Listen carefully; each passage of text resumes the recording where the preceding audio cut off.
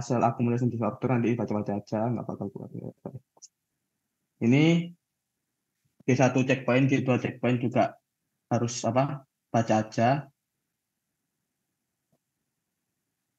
Nah, ini penting. Ini penting. Kenapa ini tak tak tekenin penting? Karena ini harus hafal, siapa tahu keluar juga. Di eh, apa sih gen proto-oncogen itu? Gen proto-oncogen itu adalah gen seluler normal yang dapat memicu proliferasi sel. Jadi intinya itu adalah ada gen atau ada sebuah genotip itu yang bisa memicu proliferasi sel atau pertumbuhan sel, misal EGFL, EGFR, HER2, sama karas. Kalau tumor supresor gen, namanya ada supresor. Jadi dia itu gen yang mengkode protein buat menghambat proliferasi, misal kayak RB53 gitu itu. Rasanya proaptotik itu gen yang merangsang kematian. Jadi kan kalau kalian belajar di semester 1 kan kan ada apoptosis atau mati sel yang mengalami kematian sendiri kan. Nah, gen yang merangsang ini BAX, BAK, BAD, BID, PU itu sama PUMA. Nah, itu uh, hafalin aja, kalau tahu penting. Ini nggak usah. Sekali kalian mau selalu dokter Brian nggak apa-apa, tapi ini baca aja. Nah, perubahan sel ini penting kan, karena juga ini bakal kepake terus nggak di PA tok tapi di semua blok gitu ya, hiperplasia, hipertrofi, atrofi gitu. Jadi aku langsung ke gambar aja ya. Nah, jadi ini normal nih, soalnya kan normal, ibarat ini tuh selnya tuh normal, umur 7 tahun lah ya, sel normal. Kalau saya hipertrofi dia itu coba bertambah ukuran tok, bertambah massa tok. Kalau selnya atrofi dia bakal mengecil, dia itu bakal selnya mengecil, tapi ibarat itu dia itu masih punya sifat yang sama. Dan hiperplasia dia itu bakal selnya bertambah banyak tuh. Lek sel metaplasia, ini sel ini bakal apa ya? Sel matur bakal dilahirkan oleh sel matur lainnya. Kalau misalnya displasia itu kayak berubah, dia itu berubahnya itu kayak nggak terus aur-auran gitu, kayak sesuai di tabel gitu, ke arah abnormal. Tuh. Terus tambah lagi anaplasia itu selnya itu berfungsi dengan jelek. Terus neoplasia itu sel baru yang abnormal dan berlebihan. Jadi berarti itu neoplasia ini gabungan nama displasia sama ini apa hipertrofi. Jadi kayak dia kayak kayak wis tambah akeh tapi ya tambah gak normal gitu. Lek bahasa awamku. Jadi iki hafalin aja karena kan ini kan juga udah ketemu juga kan di blog-blog lalu gitu. Nah, ini tuh sebenarnya itu lebih ke apa ya, kayak oh ya ini tuh nanti bakal dijelasin sama either dokter Brian atau dokter apa ya? Dokter PA 3.2 itu siapa ya? Dokter Fikar Orois, pokoknya pas pelajaran PA ini tuh bakal dijelasin. Misalnya ini itu epitel apa epitel yang mengalami perubahan bentuk karena terpapar oleh zat rokok. Nah, di sini tuh kayak contohnya itu nggak salah ini epitel yang berubah bentuk karena ini asap rokok. Jadi awalnya tadi ini apa namanya ah, tabung, ini saya bentuk tabung itu akhirnya berubah jadi ini adanya squamous dan tidak bentuk gak beraturan gitu. Ini sebenarnya batas saja sih. Nah, neoplasma sel. Nah, ini tuh adalah hallmark of cancer.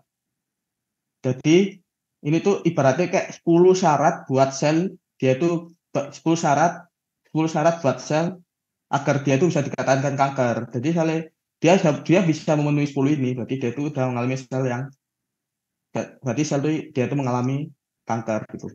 Nah, ini kayak baca-baca aja bahasa Inggris tapi siapa tahu keluar, misal avoiding immune destruction atau dia itu bisa menghindar dari destruksi imun, dia itu bisa menghindar dari suppressor gen, bisa replikasi secara abnormal, immortality, dia itu bisa apa namanya mempromosikan inflamasi atau bisa mengundang inflamasi gitu.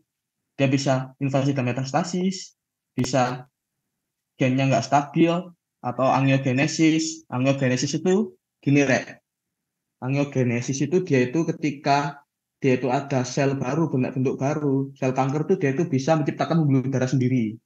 Itu. Terus like, resting cell death itu artinya dia itu nggak bakal mati-mati. Terus dia itu bisa meregulasi energinya sel sendiri. Terus dia itu sustaining proliferative signaling. Jadi itu dia itu bakal berproliferasi terus. Jadi intinya itu dia itu bakal dari 10 ini intinya itu dia itu bakal apa namanya bertumbuh, terus tumbuh arah nggak normal, terus dia itu nggak bisa mati gitu. Nah ini nggak usah. Nah ini tuh penting juga buat nanti PA sampai kalian blok 6 gitu pakai ini ya. Di, ya Valina. Jadi lek tumor jinak, iku bakal diferensiasinya itu menyerupai jaringan asli. Jadi berarti itu lek saya tumornya masih jinak, dia itu either dia bertambah jumlahnya doang atau dia itu berubah tapi berubahnya itu nggak sampai ke apa ibaratnya berubah sifatnya itu dari baik ke agak jahat, bukan jahat pol. Nah, misalnya diferensiasi ini tumor ganas, dia itu bakal jelek. Atau ibarat itu dia itu kayak ini, apa namanya, ibarat itu dia kayak dari baik ke jahat pol gitu. Terus, uh, ya, ya.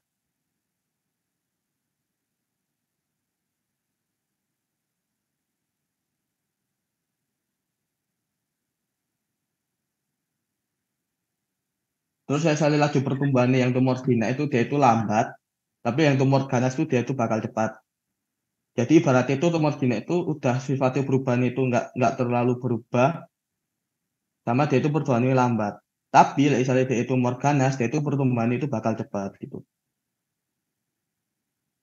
Terus misalnya invasi lokal, dia itu misalnya karakteristiknya dia itu misalnya tumor jinak itu bakal invasi lokalnya itu dia itu nanti di makrosnya itu ada batas tegas, tidak infiltrasi sama mobile. Misalnya tumor ganas itu maksudnya nggak jelas, terus dia itu infiltratif dan terfiksasi. Jadi ini itu apa ya? Dia itu bentuknya nggak jelas, terus nggak ada batasnya, terus dia itu bakal infiltratif ke jaringan lain gitu.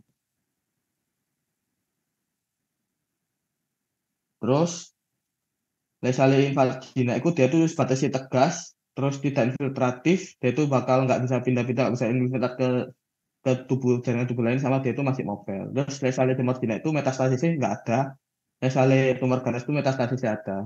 Nah nanti dengan kalian paham ini, nanti kalian bakal belajar, hafalin saya paham ini, nanti kalian bakal belajar ke beberapa di muka ini. Next. Nah ini tuh kayak terminologinya doang. Jadi tumor jinak biasanya berkaitan dengan oma, kecuali limfoma, jadi kayak osteoma, sel apa kanker tulang jinak, kondroma, fibroma, lipoma gitu. Keselnya neoplasma jinak itu ada yang berdasarkan asal, mikroskopis, makroskopis. Ini juga baca. Kayak ganas itu biasanya itu akhirnya sarkoma, osteosarkoma, fibrosarkoma, kondrosarkoma. Tapi misalnya dia itu berasal dari jaringan epitel itu memberikan karsinoma. Misal basal sel karsinoma, squamous sel karsinoma, sama adenokarsinoma. Biasanya dia itu diferensiasi sel imatur itu jadi dia itu akhirnya blastoma. Jadi ibarat itu misalnya dia itu apa ya diferensiasinya itu menjadi sel yang malah nggak mateng, dia itu malah dia tuh akhirnya blastoma, misal retinoblastoma, hepatoblastoma. Nah, misalnya mixed tumor tuh ada misalnya dia tuh berasal dari lebih satu sel neoplastik dari satu sel lapisan dia tuh mixed tumor. Jadi ininya tuh dia tuh berasal dari sel lapisan yang sama, tapi itu nanti bertumbuhnya tuh dia itu bisa dari lebih dari satu macam itu mixed tumor. Contohnya itu mixed tumor of salivary gland. Sama mixed tumor yang ada dari lebih dari satu bentuk, lebih dari satu lapisan dan lebih dari sel apa jenis sel neoplasmik ini teratoma. Ini Nestuno. Nah, ini juga Nestuno tapi ini bakal jadi pegangan kalian buat seterusnya kayak oid menyerupai misal osteoid, fibroid itu menyerupai lah. Genik menghasilkan osteogenik, adeno kelenjar, kista itu bentuk rongga atau kista, bening itu monoplasma jinak, malignan itu ganas. Jadi ini yang paling sering kayak yang ini, yang dua ini.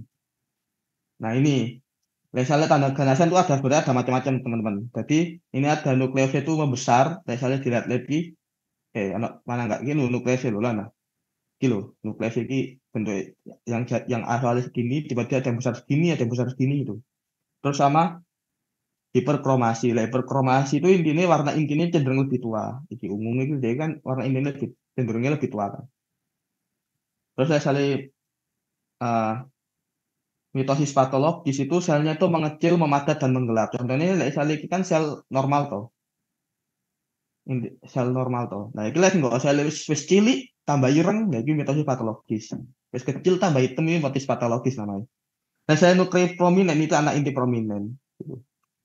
Terus lemorfi itu ultrasoundnya beragam. Lihat kalian itu ada yang kecil, ada yang cilik sak ini, ada yang gede sak ini guys. Jadi kayak ibaratnya itu ukuran sel beragam gitu. Nah, sel anaplasia dia itu wis pokoknya itu bentuknya itu wis awur-awuran. Ibaratnya itu kayak wis apa ya? Ibarat kalian punya teman terus semakin bertumbuh dewasa tapi sesuatu berubah 180 derajat yaitu anaplasia. Jadi sel itu kayak wis udah bertumbuhnya udah ngawur, bentukannya juga ngawur gitu.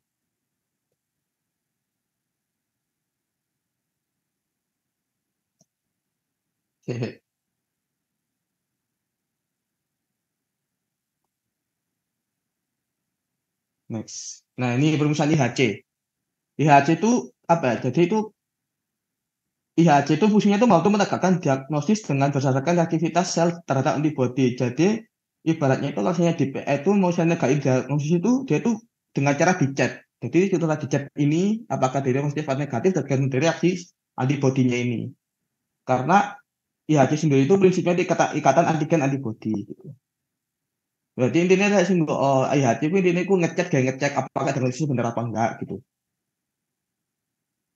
Ini misalnya contohnya cuma ini contoh tok misal IHC HER2 ini pada kanker payudara. Berarti lek sing nggo sel apa sel payudaramu dijukuk digawe preparat apa digawe preparat histo PA terus dicek HER2 positif. Nanti dia tuh pengobatannya itu terapi anti HER2. Berarti lah misalnya dicek HER2 IHC HER2 positif berarti itu dia tuh ada antigen HER2-nya gitu. Nanti bakal diterapi sama anti HER2 gitu. Nah, kalau misalnya dari PPT pertama sih udah ya, dari PPT yang neoplasma. Jadi, uh, seperti yang tak bilang tadi, yang misal kayak ini, definisi ini, terus ini neoplasma ganas ini, perbedaan tumor jinak tumor ganas, terus hallmark of cancer ini kalian belajar aja karena itu penting. Maksudnya bukan penting buat pretest doang, tapi dia itu tuh bakal jadi pegangan di ke lab PA selama 6 semester.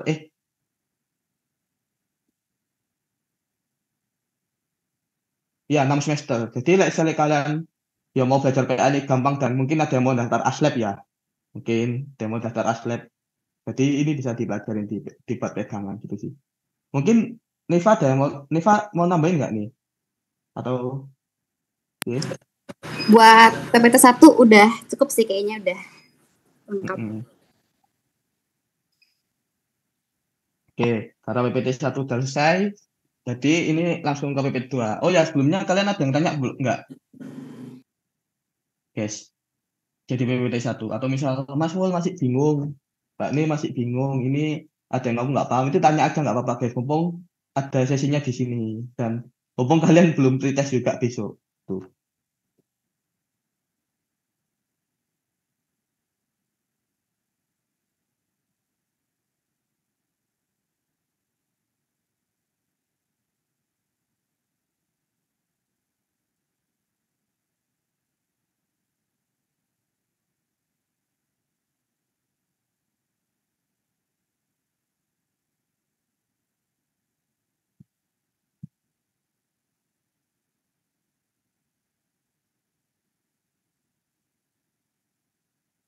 Oke, nggak ada nih ya kayak chat.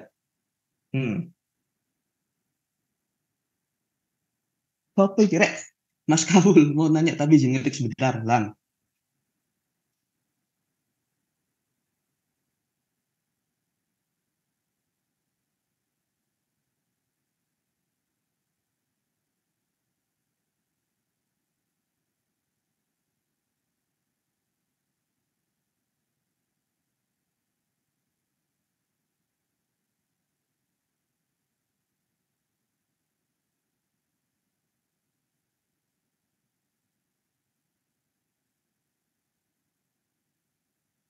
Hmm? Ah, pretest berapa soal? Pretest ini kok berapa soal ya nih ya? 10. Ya, 10. Yes, Nanti ada 7 pilihan ganda dan 3 isian. Terus bedanya neoplasia sama diplasia apa Mas? Loh. PPT ku gak iso. Bentar.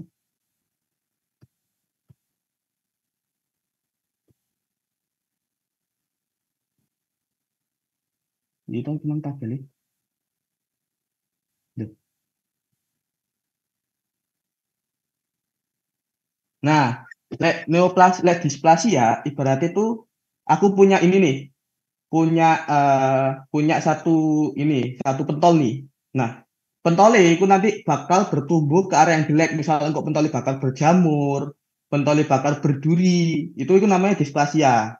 Jadi abnormal. Jadi itu bentuk abnormal. Jadi ibaratnya pentol iki biasanya iki pentol iki kayak bulat dan isinya daging, dia itu bakal bertumbuh ke arah pentol yang berduri kayak ono jamur kayak itu. Tapi jumlahnya tetap satu. Nah, neoplasia itu abnormal dan berlebihan. Jadi ibaratnya itu dia itu pentol satu nih. Dia itu iso iso bertumbuh jadi batagor, iso bertumbuh jadi pentol berduri dan berjamur dan dan pentol berduri dan berjamur nanti itu bisa jumlahnya lebih banyak gitu. Jadi intinya displasia itu perkembangan buruk, kayak ibaratnya tambah elek tapi belum tentu kanker. Tapi misalnya neoplasia itu wis elek terus akeh ya. Sudah jelek banyak. Paham nggak? Siapa tadi yang tanya? Paham nggak? Oke, sip, ganteng, makasih. Sip, oke, tanya. Ki, metaplasia itu kan digandingkan dengan sel matur yang lain. Nah, sel matur yang lain itu sel kankernya kah? Dan apakah sel matur yang lain itu pasti keganasan? Nah, nah, ku ibaratnya tak contohin ke ini. Tak contohin ke slide ini. Metaplasia itu sebenarnya selnya keganasan tangga itu belum tentu. Jadi ibaratnya itu, tahu nggak guys ini apa guys? Jadi ini tak jelasin aja ya. Ini tuh sel epiter laring. Laring kok apa epitelnya? Coba jawab dicek. Tulisan histologi ku dunia apal ki. Laring epitelnya apa?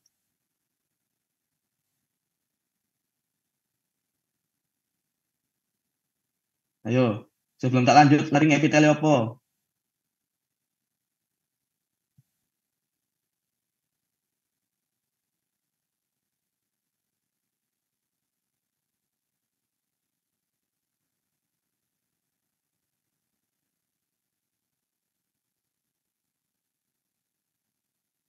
Nah, bener, sudah kompleks kolomnya berselia plus plus goblet, bener. Nah, karena dia itu karena merokok. Jadi berarti laring itu mbok papar rokok terus mbok papar karsinogen, dia itu bakal berubah-ubah. Jadi pertama itu hiperplasia. Eh, wih, kok kok kok kok. Aduh aduh aduh. Sorry rek. Nah, pertama ini kayak bertambah tok sele, terus tiba-tiba itu dia itu jadi squamous. Jadi metaplasia itu dia itu kayak dia itu berubah bentuk. Tapi itu kayak dia itu cuma berubah jenis tok loh. Jadi misalnya epitel itu dari pseudo kompleks ke ini ke squamous karena paparan asap rokok itu tadi. Dan dia itu ibaratnya itu berubah tok, tapi itu dia itu masih normal.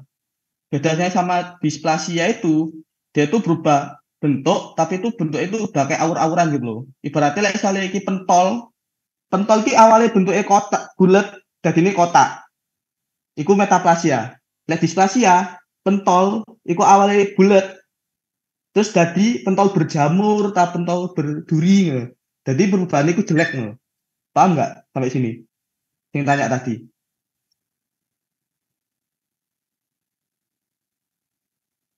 Sip. Oke. Siap. Sip. Ganteng. Mas mau tanya, soalnya pilgan isian berapa? Isian berapa? 7/3. Nanti bakal ada pilihan akbar keangkatanmu, santai aja.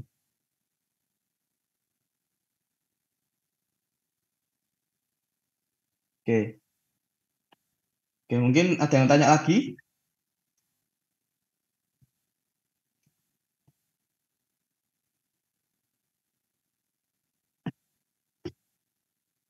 Sebenarnya nggak apa, aku malah seneng lihat saya banyak yang tanya. Berarti kalian minat belajar. Anjay.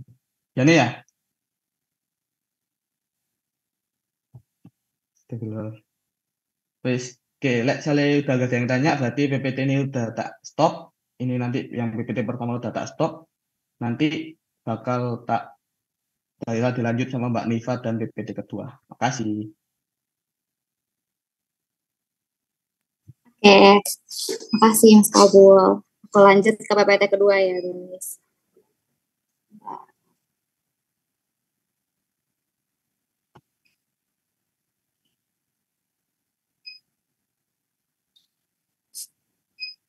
Udah kelihatan belum? Sampun, sampun. Oke. Oke, jadi untuk PPT kedua itu kan integumen ya. Sebenarnya kemarin pas pas apa asistensi udah sempat aku bilang beberapa hal-hal yang penting. Cuma emang banyak kan yang aku bilang beberapa hal yang penting itu karena emang kalau misalkan ngerjain soal PA itu kayak dari clue-clue yang ada tuh kayak baru bisa ngejawab soal yang ada gitu. Tapi nggak apa-apa, di sini kita coba untuk lebih detail lagi kali ya buat ngebahas terkait sama masing-masing preparatnya. Lanjut aja buat preparat pertama itu ada molluscum contagiosum. Nah, khasnya apa di molluscum contagiosum ini? Dia itu kan napasnya jinak ya. Nah, yang paling khas banget di sini itu yang nggak ada di preparat di apa tumor-tumor lain itu, dia tuh khasnya itu sih dia punya papula umbilicated ini. Jadi kalau misalkan dia itu dari klinisnya aja ada papula umbilicated, kalian udah bisa langsung nentuin kemungkinan besar dia itu molluscum contagiosum. Terus dia itu juga self-limiting disease dan menular dan biasanya mengenai anak-anak. Oke, jadi kalau misalkan ini yang khas banget tuh ini papula umbilicatednya. Oke, terus biasanya menyerang pada anak-anak. Lanjut ya. Terus ini buat makrosnya. Makrosnya juga sama, dia bentuknya kayak kecil-kecil gitu. Ada umbilicated, jadi dia tuh kayak bentuknya kayak nodul-nodul, terus tengahnya kayak pusar gitu, tengahnya cekung ke dalam, kayak gitu. Nah, terus ini buat mikrosnya.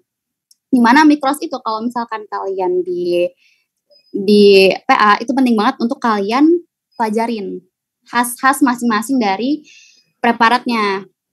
Nah, kalau khas dari si molluscum contagiosum ini, dia punya molluscum badis. Jadi nanti di belakang, pokoknya yang bulat-bulat ini, yang kayak bulat-bulat gitu, dia itu molluscum badisnya.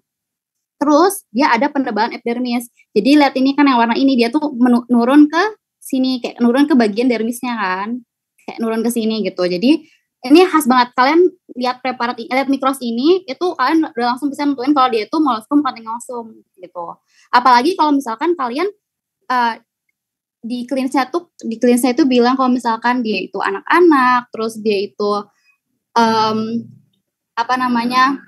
ciri-cirinya punya papula umbilicated, terus tadi juga misal dia self-limiting disease, itu udah bisa nentuin kalau misalkan itu molluscum contagiosum. Buat ciri-ciri lebih dekatnya tadi ini. Jadi dia punya molluscum badis ya. Jadi dia yang punya bulat gitu. Terus juga epidermisnya menyerbu ke dermis, jadi kayak ke sini kayak turun gitu. Dan dia punya satu lagi khasnya adalah masa hialin. Selain itu yang warna ini, yang warna merah-merah di dekat si molluscum badisnya tadi. Oke, itu buat preparat pertama. Terus preparat kedua itu ada abses kulit. Nah, abses kulit ini dia itu kan benjolan ya, berisi nanah. Jadi khasnya itu dia punya batasnya tegas, jadi kayak kalian bisa nentuin yang mana yang terkena abses kulit sama yang enggak.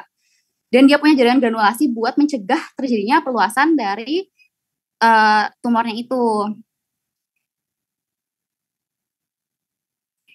Terus dia bentukannya kayak gini, khas banget, pokoknya dia punya mata bisul, pokoknya punya nanah bagian tengahnya gitu. Terus ini tuh khasnya dia itu punya masa pus di bagian dalamnya. Jadi yang ini kan fokus absesnya itu dalamnya itu ini masa pusnya di dalam.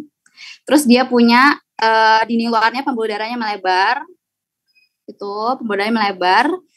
Terus apalagi khasnya dia daerah absesnya itu ada jaringan granulasi muda dengan infiltrasi leukositnya, sama ada makrofag sama limfosit di sekitar-sekitarnya. Itu. Nah, itu buat abses kulit ya.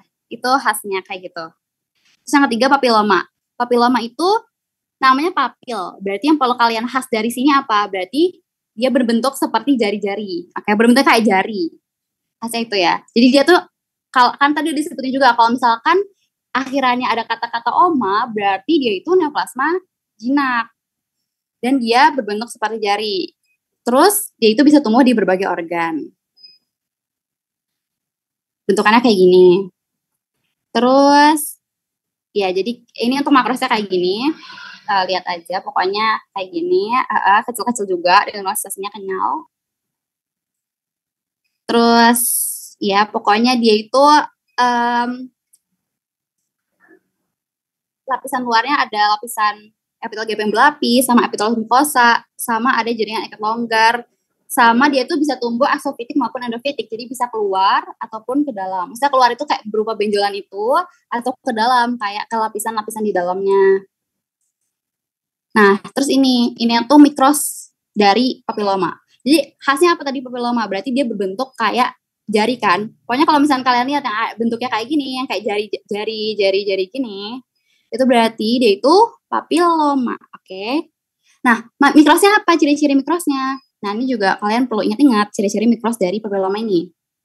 Dia punya epidermis menebal. Ini kelihatan ya? Dia menebal kan? Tuh, dia kayak tebal banget gitu. Terus habis itu subepitelnya sembab. Nih, tengah ini subepitelnya sembab. Sini di sini nggak ada kapiler darah. Harusnya kayak kapiler darah tuh kayak ada mungkin di sini gitu, kayak gini. Dengan ada sel-sel radang. Cuma ini juga enggak. Tapi hafalin ada ininya ya guys. Hafalin penting untuk ingat mikrosnya ada apa aja. Oke. Lanjut. SCC cornification.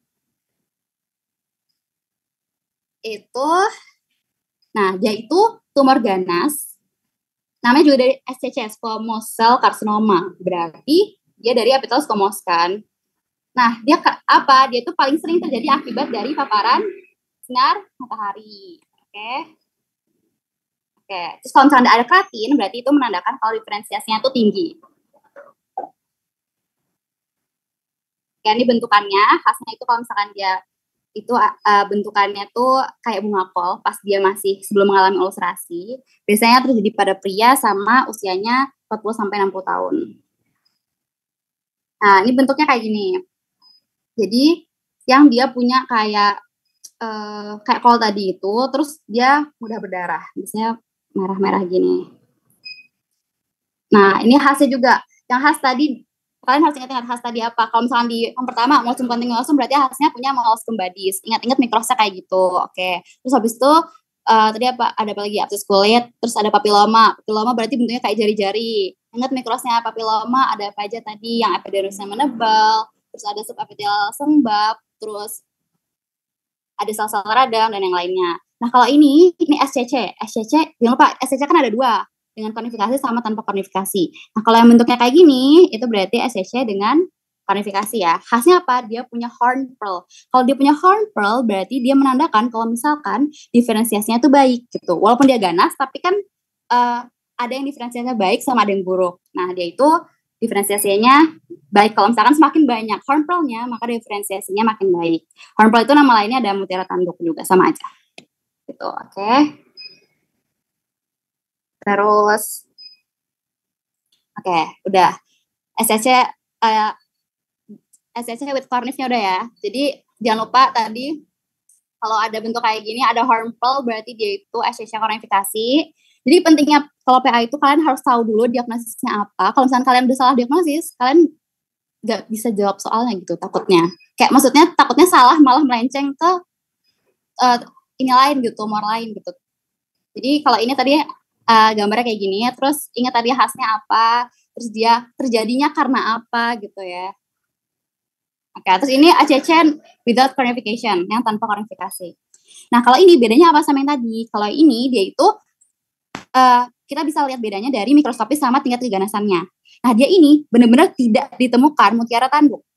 Berarti di sini nggak boleh ada horn pearl. Horn pearl itu dia yang ini ya, yang sorry tadi aku belum terlalu ini. Yang ini yang ini ya, yang ini horn pearl nih. Ini horn pearl, oke.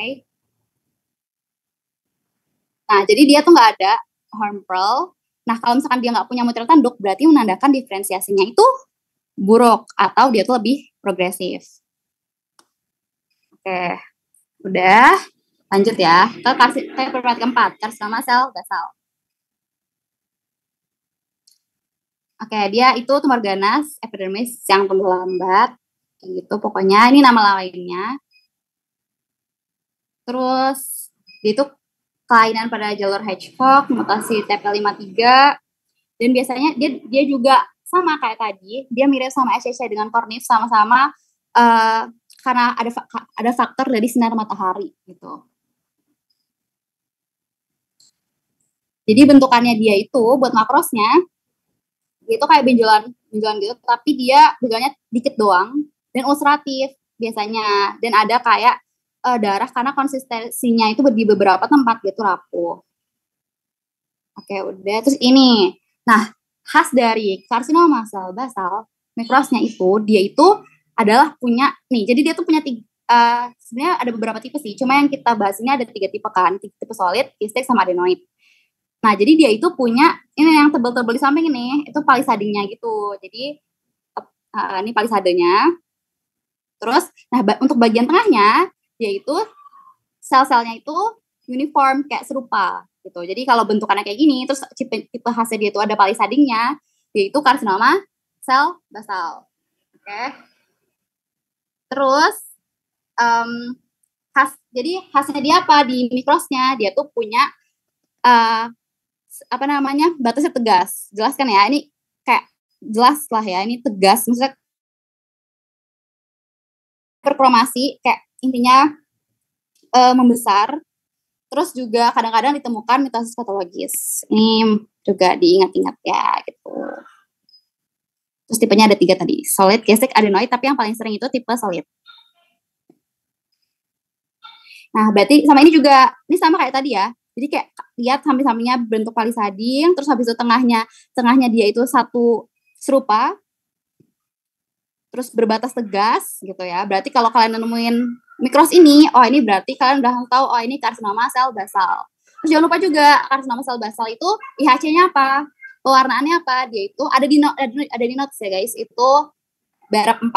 Kalau SCC apa? Kalau SCC itu P40 sama P63. Tapi kalau karsinoma sel basal, IHC-nya BRAF4. Oke? Ingat-ingat. Terus nevus pigmentosus. Dari namanya aja, itu bisa kalian tahu, oh berarti nevus pigmentosus. Berarti dia itu dari sel-sel nevus ya. Dari sel-sel nevus. Dia tuh kayak gimana? Dia tuh andeng-andeng atau kayak yang mungkin kalian suka lihat, mungkin kayak tai lalat besar gitulah. Terus dia itu bisa ditemuin di mana aja. Jadi kayak di bagian tubuh mana aja dan di semua umur. Dan bahkan ada juga di beberapa orang yang udah ada sejak lahir. Oke, udah ada sejak lahir. Gitu. Terus di seluruh tubuh dan di semua umur, bisa pria dan wanita. Jadi dia lebih kayak available di mana aja gitu. Oke. Nah, jadi yang bentukannya kayak gini, ini kan. Terus dia kadang di beberapa orang juga berambut kayak satu atau beberapa rambut gitu. Terus gitu, lanjut lagi. Ini buat mikrosnya. Mikros dari nevus pigmentosus itu khasnya apa? Dia punya, jadi epidermisnya juga menebal, dan dia juga papillomatous. Kayak ini kan samping-sampingnya kayak gini ya. Jadi dengan keratosisnya yang ini, yang ini nih, yang kayak luar-luaran ini nih. Gitu. Terus habis itu dia, nah tadi ya, dia dari sel-sel nevus. Sel nevus yang ditunjuk ini juga, ini sel-sel nevus, ini juga sel-sel nevus gitu. Dengan mengandung pigmen melanin gitu. Dan dia itu berdasarkan lokasinya dibagi jadi 3, intradermal, junctional, sama compound gitu. Jadi kalau misalkan ini partnya kayak gini ya, terus dia itu ada keratosisnya, terus ada ini yang kayak gini, pokoknya ingatnya ini tuh namanya kayak gini-gini, itu namanya sel-sel nevus. Oke? Jadi kalau misalkan kalian udah tahu, oh diagnosisnya nevus pigmentosus, berarti dia berasal dari sel apa? Dari sel nevus gitu. Terus terakhir melanoma maligna. Nah, jadi dari namanya juga, kan kalau tadi nevus pigmentosus berarti dari sel nevus kan. Nah, kalau ini melanoma maligna berarti asalnya dari melanosit. Oke. Terus dia itu mudah bermetastasis, jadi dia lumayan ganas ya. Dan usianya biasanya lebih dari 40 tahun. Terus ini buat makrosnya. Kayak gini ada benjolan coklat kehitaman. Terus makrosnya kayak gini, karena dia itu tadi termasuk yang ganas ya. Dia itu asimetri, terus batasnya nggak jelas, warnanya macam-macam, dan juga diameternya biasa lebih besar. Terus ini buat mikrosnya, pokoknya intinya ya ada epidermisnya menebal, terus sebagiannya ulceratif, itu yang warna merah, yang luar ini. Terus sarang-sarang tumornya itu ini bentukannya memang rada mirip sih untuk kayak salah satu tumornya itu. Jadi bagian tengahnya tuh kayak nggak ada khas yang benar-benar khas khusus gitu. Satu tumornya menyebut ke epidermis, terus ada juga satu tumor yang menyebut ke dermisnya. Terus intinya hiperkromasi. Pokoknya intinya kalau misalnya dia ganas, itu kemungkinan besar dia itu intinya hiperkromasi dan juga ada mitosis patologis. Udah deh, gitu. Jadi sekian dari aku. Pokoknya beberapa hal yang tadi aku mau tekanin, kalian ingat ininya ya, mikrosnya. Karena jujur mikros itu sangat membantu kalian dalam menentukan jawaban atau menentukan dia tuh diagnosisnya apa gitu. Jadi kalau misalkan kalian tahu mikrosnya aja, kalian tuh sebenarnya tanpa baca klinis pun bisa. Cuma kadang nggak di semuanya itu mikrosnya sama kayak di PPT. Jadi intinya kalian tetap perlu tahu untuk khasnya gitu. Jadi review dikit kalau kayak gini itu berarti molluscum Cantagniosum, dia ada molluscum badisnya. Terus habis itu ini horn pearl ya, ada horn pearl-nya. Dia itu berarti dia kalau ada horn pearl-nya berarti dia diferensiasinya baik, dia itu SSC klonifikasi gitu. Terus yang khasnya kayak gini bentukannya berarti dia itu carcinoma sel basal tadi ya. Ada palisade di sampingnya, berbatas tegas, intinya hiperkromasi. Terus IHC-nya BREP4 gitu. Terus ini juga nevus pigmentosus. Berarti dia tuh kalau nevus pigmentosus berasal dari sel-sel nevus gitu. Terus udah sih, paling itu aja dari aku. Sisanya sih mungkin bisa tetap dibaca-baca gitu sih. Mungkin kalau aku udah, adakah mungkin ada Meisa nggak ya? Kalau ada mungkin Meisa bisa menambahkan. Ini aku izin stop share dulu.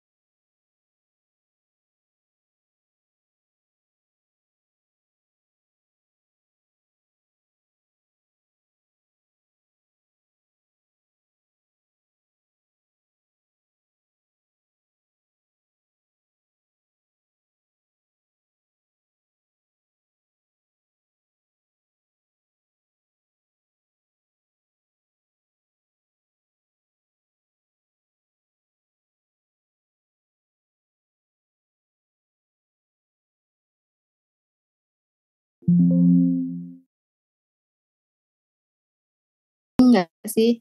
Mei belum. Tapi sebenarnya dari yang aku sama Mas Kawal sampein mungkin coba kalian baca-baca ya guys. Mungkin kali aja penting buat ngebantu kalian dalam menjawab. Terus kalau misalnya ada yang mau tanya, silakan ya. Sambil nunggu Meisa.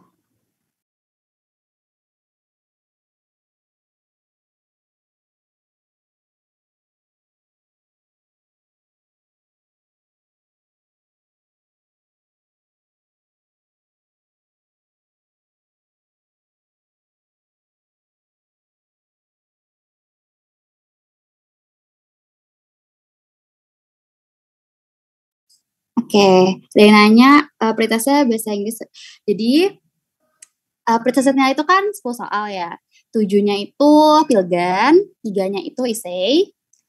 Jadi isainya ada yang beranak, jadi kayak AB gitu. Terus bahasa Inggris dan bahasa Indonesia.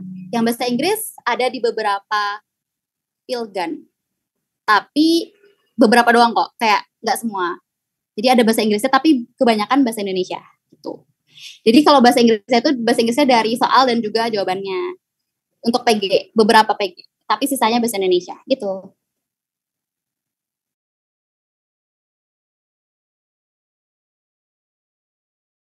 Tes tes. Sorry berjoin. Ini udah kelar ya? Udah, Mei. Kamu nambahin apa, Mei? Aku cuma mau nambahin. Kayak udah dijelasin sama kalian sih. Paling tekenin mikroskopis karena itu penting banget. Mau di responsive pretest itu pasti ditanyain mikros, hafalin, sama IHC. IHC-nya semua. Dan klinis juga.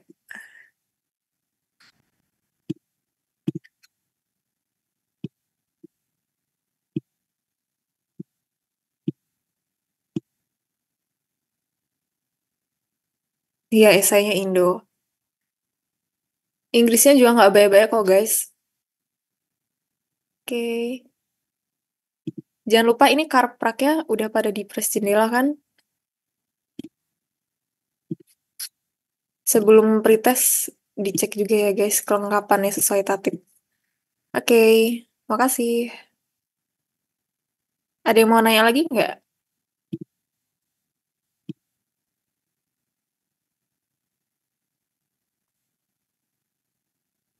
Tanya wae guys, mungkin ketemu mas-mas Mbak Egi kan. Siapa tahu mungkin Yes. ada yang masih bingung. Betul, Tanya betul. aja nggak apa-apa. Mumpung difasilitasi. Wede. Anjay. Oke, Mbak preparatif buret. Mbak preparatif bingung bentukannya piye, nggak apa-apa, tanya aja nggak apa-apa. Yes. Santai.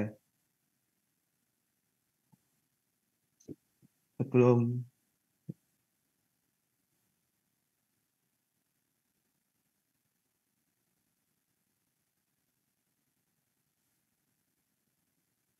oke, nggak ada kah?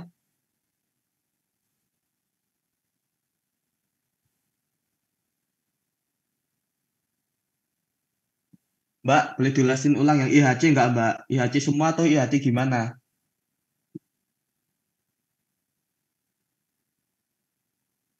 Ini yang share screen kabel ya? Tadi nih Iva, cuma yang PPT satu aku. Enggak, ini maksudnya yang IHC ini yang IHC yang semua IHC apa IHC tadi yang ada di notes itu.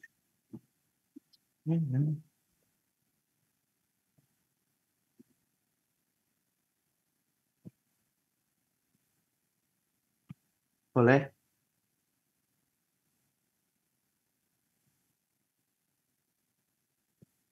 Ini namanya emang anonim semua ya? Ini anonimi. Iya, gimana maksudnya IHC gimana? Beneran. Kan IHC IHC, ini jadi IHC tadi kan yang dijelasin sama Kawul tuh udah yang tentang keseluruhan IHC-nya kan, kayak IHC itu apa, pewarnaan itu apa. Nah kalau misalkan dari PPT kita itu kayaknya yang ada IHC-nya cuma SCC sama karsinoma sel basal nggak sih? Iya. Nah kalau SCC itu IHC-nya yang paling ini ya itu IHC itu dia tuh kalau misalnya kalian cek itu pewarnaannya positif itu di P40 sama P63 itu IHC dari STC. Nah, kalau IHC-nya karsinoma sel basal itu BREP 4 gitu.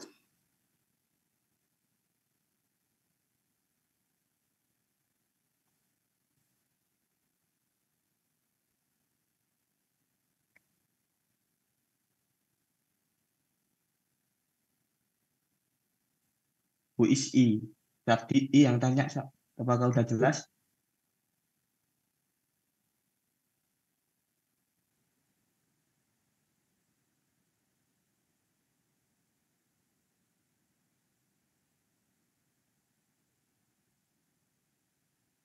Oh, sudah Mbak, makasih sama-sama. Ya, ada yang mau tanya lagi nggak?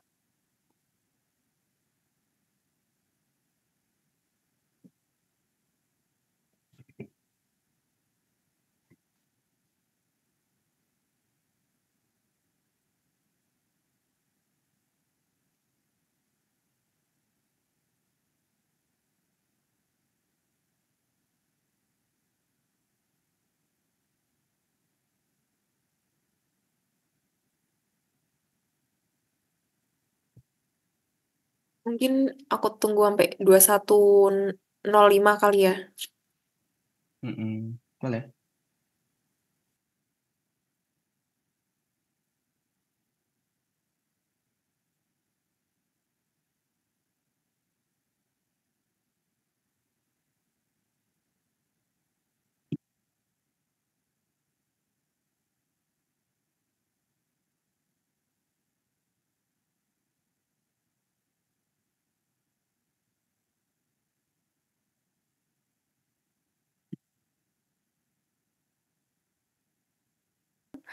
Mungkin bisa kita cukupin ya